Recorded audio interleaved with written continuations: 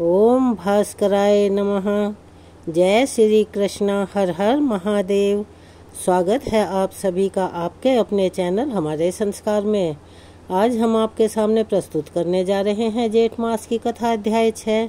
सभी भक्तों से, सभी श्रोताओं से, सभी दोस्तों से निवेदन है कि अगर आपने चैनल को सब्सक्राइब नहीं किया है तो चैनल को सब्सक्राइब करें, वीडियो को लाइक करें, ज़्यादा से ज़्यादा शेयर करें, बेल आइकन को भी दबाना ना भूलें। कमेंट्स बॉक्स में जय श्री कृष्ण हर हर महादेव अवश्य ही लिखें, क्योंकि उनकी कृपा हमेशा आप सभी पर बनी रहे। तो आप ये छोटा सा प्रयास तो कर ही सकते हैं। आपको बहुत कम समय लगता है, लेकिन ये हमारे हौसलों को बुलंद करता है। चलिए अब हम आपको सुनाने जा रहे हैं आज की कथा।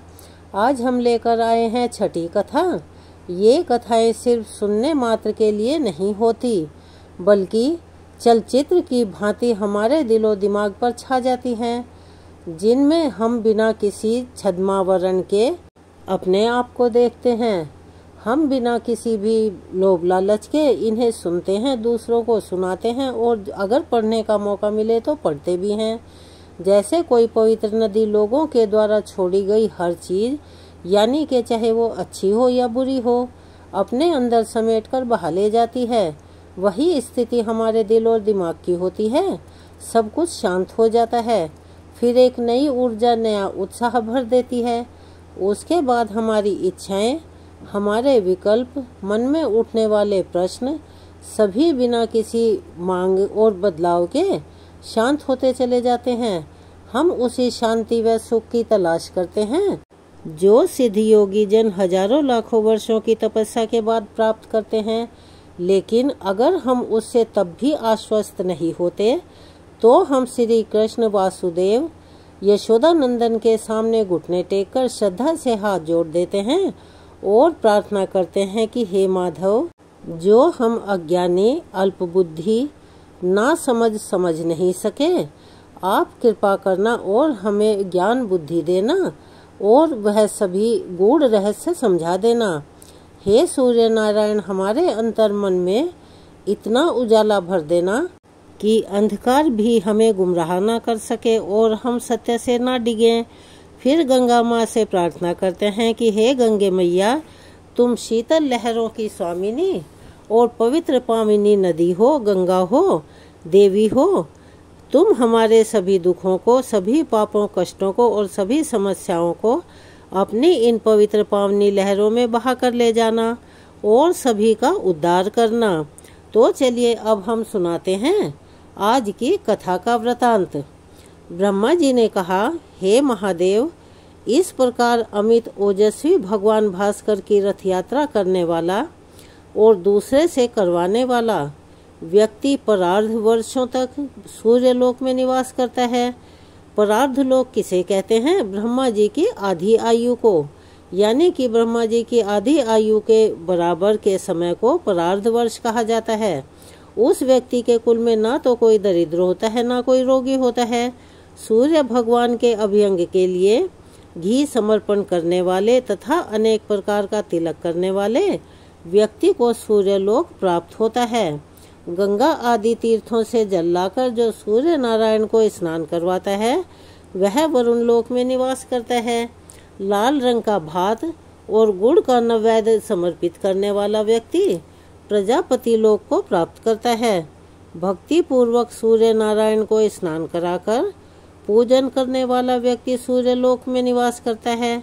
जो व्यक्ति सूर्य देव को रथ चढ़ाता है, रथ के मार्ग को पवित्र करता है और पुष्प, तोरण, पताका आदि से अलंकृत करता है, वह वायु लोक में निवास करता है। जो व्यक्ति नृत्य, गीत आदि के द्वारा बृहद उत्सव मनाता है, यानी कीर्तन वगैरह करता है, वह सूर्य लोक को प्राप्त करता है। जब सूर्य देव रथ पर विराजमान होते हैं, उस दिन जागरण करने वाला पुण्यवान व्यक्ति निरंतर आनंद को प्राप्त करता रहता है। जो व्यक्ति भगवान सूर्य की सेवा आदि के लिए व्यक्ति को नियोजित करता है, यानी कि लोगों को इकट्ठा करता है, वह सभी कामनाओं को प्राप्त करके सूर्य लोक में निवास करता है। रथारूढ़ भगवान सूर्य का दर्शन करना बड़े ही सौभाग्य की बात है।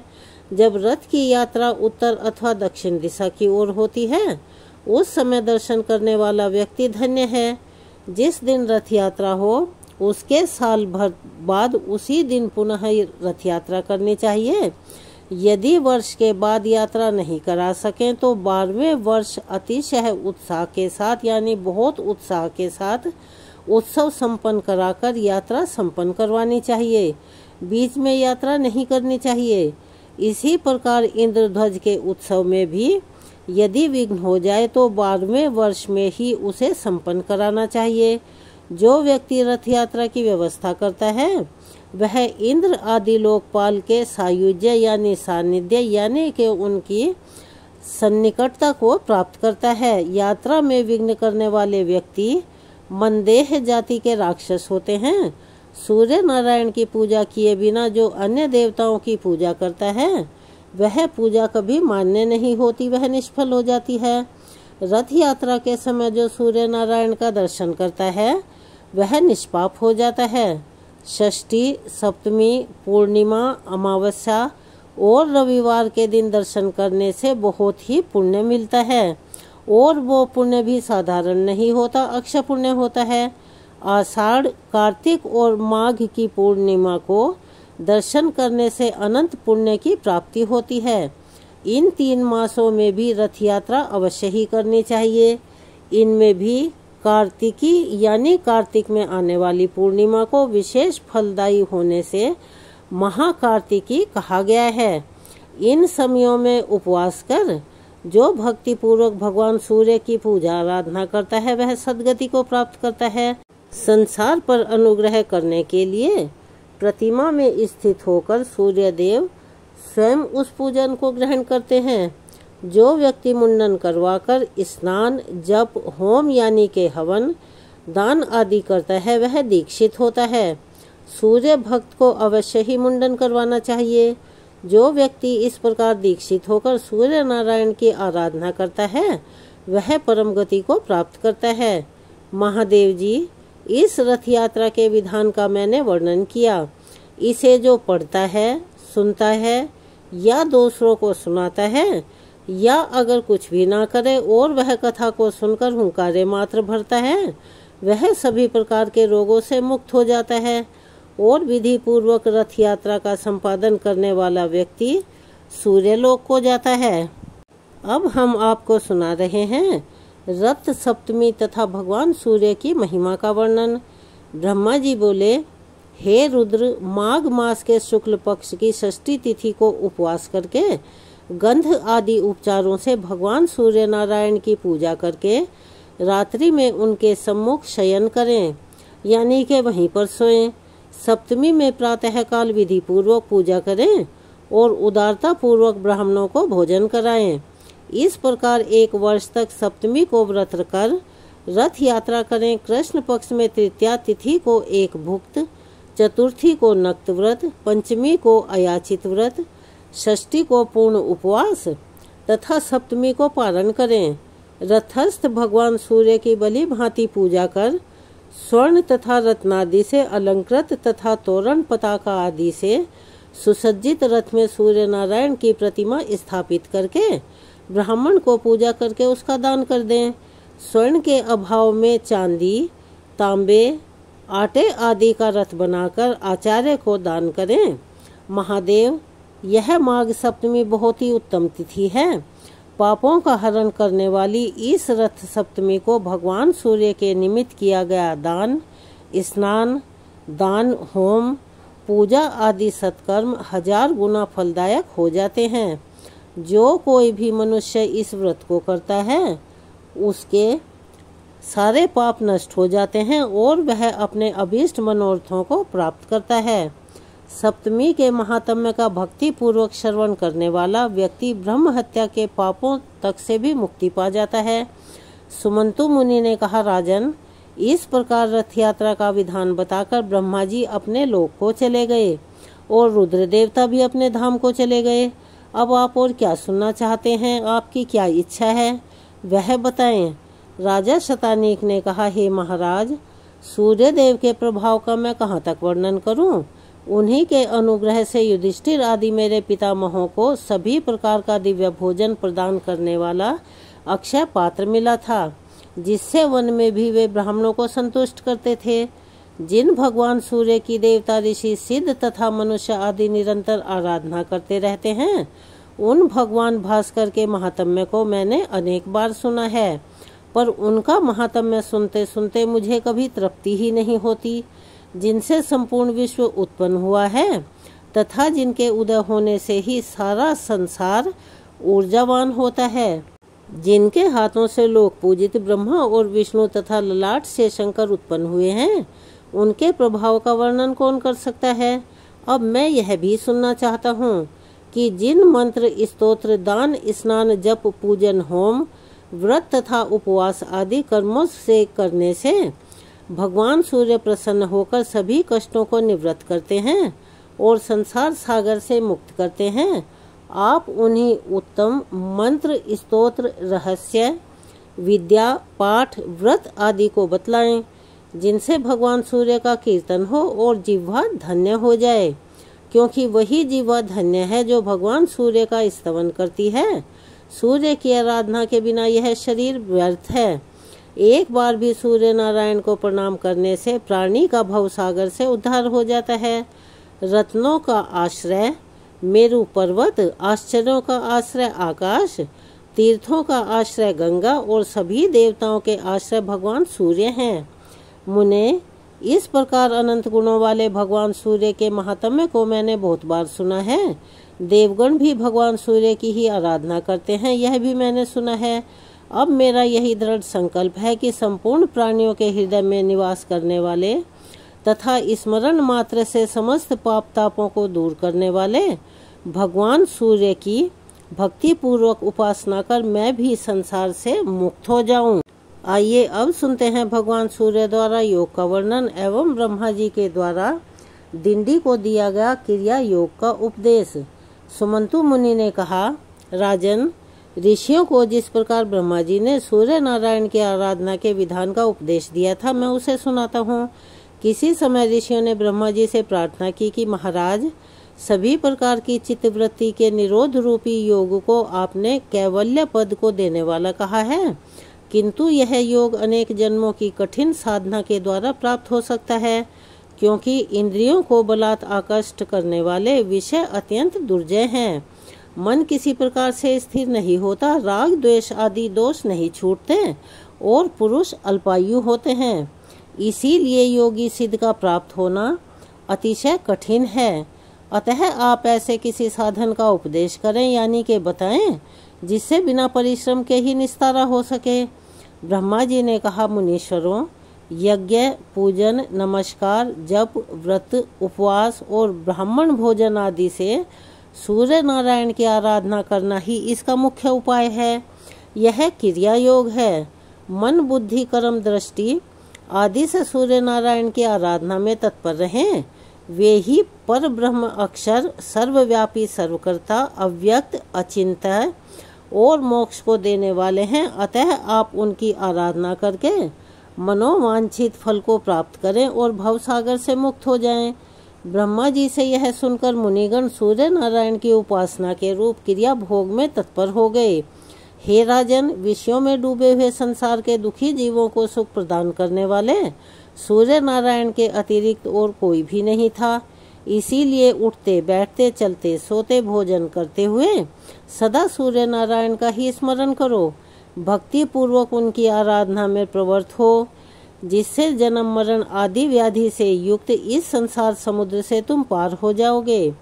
जो पुरुष जगत कर्ता, सदा वरदान देने वाले, दयालु और ग्रहों के स्वामी हैं, श्री सूर्य नारायण भगवान की शरण में चला जाता है, वह अवश्य ही मुक्ति को प्राप्त करता है। सुमंतु मुनि ने पुनः कहा, राजन, प्राचीन काल में दिंडी को ब्रह्म हत्या लग गई थी। उस ब्रह्म हत्या के पाप को दूर करने के लिए उन्होंने बहुत दिनों तक सूर्य नारायण की आराधना और स्तुति की। उससे प्रसन्न होकर भगवान सूर्य उनके पास आए। भगवान सूर्य ने कहा, दिन दिन तुम्हारी भक्ति पूर्वक की गई स्तुति से मैं बहुत प्रसन्न हूँ।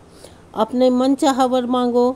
दिंडी ने कहा, महाराज, आपने पधार कर मुझे दर्शन दिया, यह मेरे लिए सौभाग्य की बात है। यही मेरे लिए सर्वश्रेष्ठ वर है। पुण्यहीनों के लिए आपका दर्शन सर्वदा दुर्लभ है। आप सबके हृदय में स्थित हैं, यह सत्य है। अतः आप सबका अभिप्राय जानते हैं। जिस प्रकार मुझे ब्रह्महत्या लगी है उसे तो आप जानते ही हैं।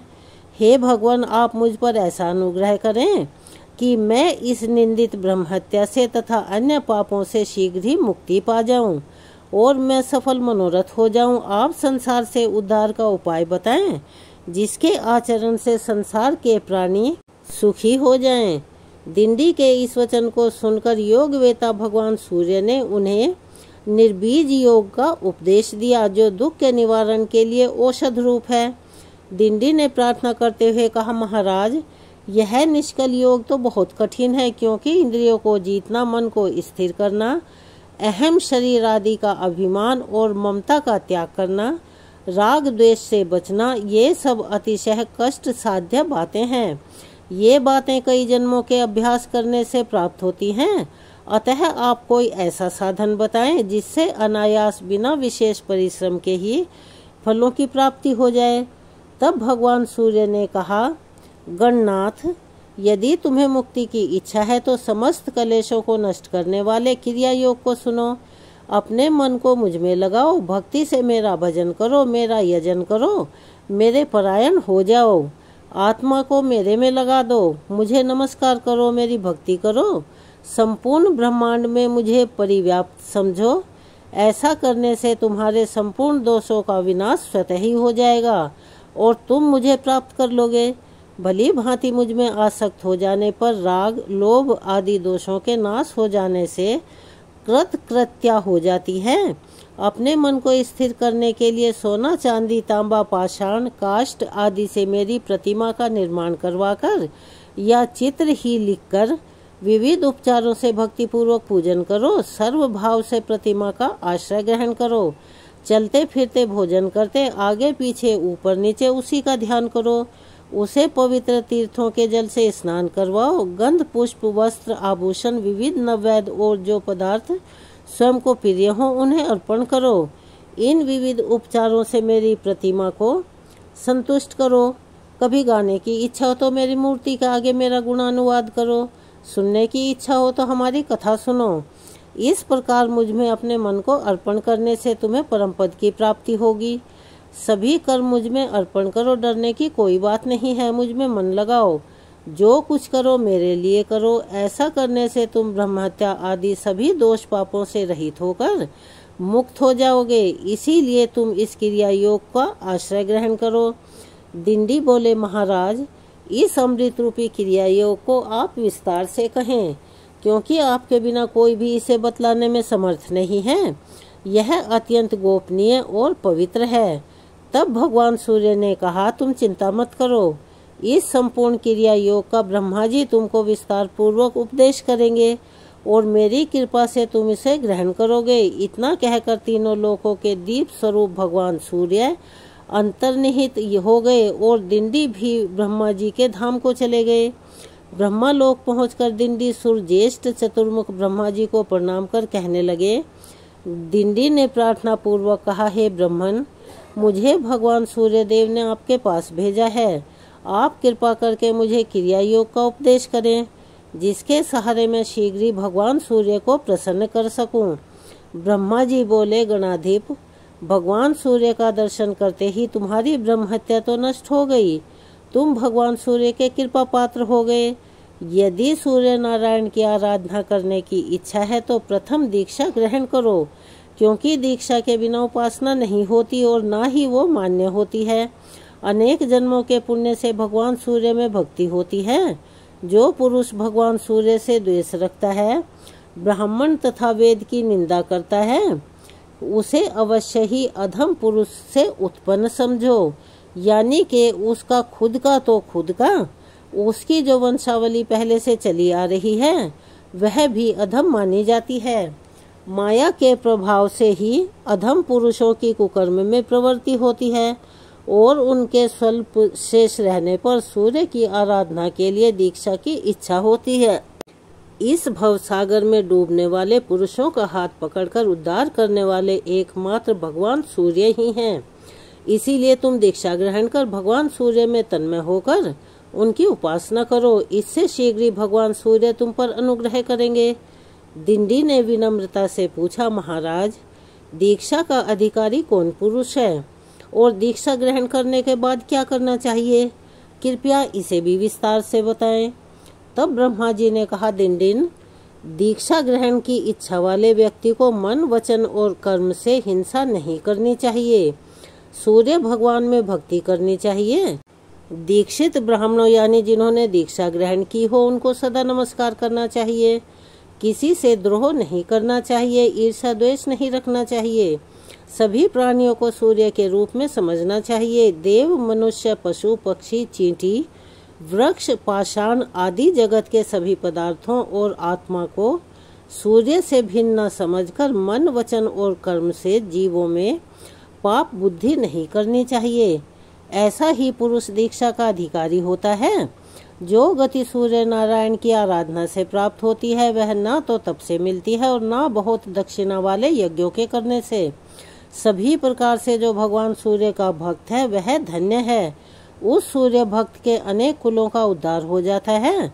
जो अपने हृदय प्रदेश में भगवान सूर्य की अर्चना करता है वह निष्पाप होकर सूर्य लोक को प्राप्त होता है। सूर्य का मंदिर बनवाने वाला अपनी 7 पीढ़ियों को सूर्य लोक में निवास करवाता है और जितने वर्षों तक मंदिर में पूजा होती है उतने 1000 वर्षों तक वह सूर्य लोक में आनंद का भोग करता है। निष्काम भाव से सूर्य की उपासना करने वाला व्यक्ति मुक्ति को प्राप्त करता है। जो उत्तम लेप, सुंदर पुष्प, अतिशय सुगंधित धूप प्रतिदिन सूर्य नारायण को अर्पित करता है वह यज्ञ के फल को प्राप्त करता है। यज्ञ में बहुत सामग्रियों की अपेक्षा रहती है, इसीलिए मनुष्य यज्ञ नहीं कर पाते, परंतु भक्ति पूर्वक दूरवा से भी सूर्य नारायण की पूजा करने से यज्ञ करने से भी अधिक फल की प्राप्ति हो जाती है। बहुपकरणा यज्ञा नाना संभार विस्तरः न दिंडिन वाप्यन्ते मनुष्यर्लभ संचये भक्त्या तु पुरुषः पूजा कृता दुर्वांकुरैरपि भानोर्ददाति ही फलम सर्वयज्ञेषु दुर्लभम। दिंडिन, गंध, पुष्प, धूप, वस्त्र, आभूषण तथा विविध प्रकार के नैवेद्य जो भी प्राप्त हों और जितनी भी मात्रा में मिले जो तुम्हें प्रिय हों उन्हें भक्ति पूर्वक सूर्य नारायण को निवेदित करो। तीर्थ के जल, दही, दूध, घृत, शर्करा और शहद से उन्हें स्नान करवाओ। गीत, वाद्य, नृत्य, स्तुति, ब्राह्मण भोजन, हवन आदि से भगवान को प्रसन्न करो। किंतु सभी पूजाएं भक्ति पूर्वक होनी चाहिए, उनमें श्रद्धा का अभाव न हो।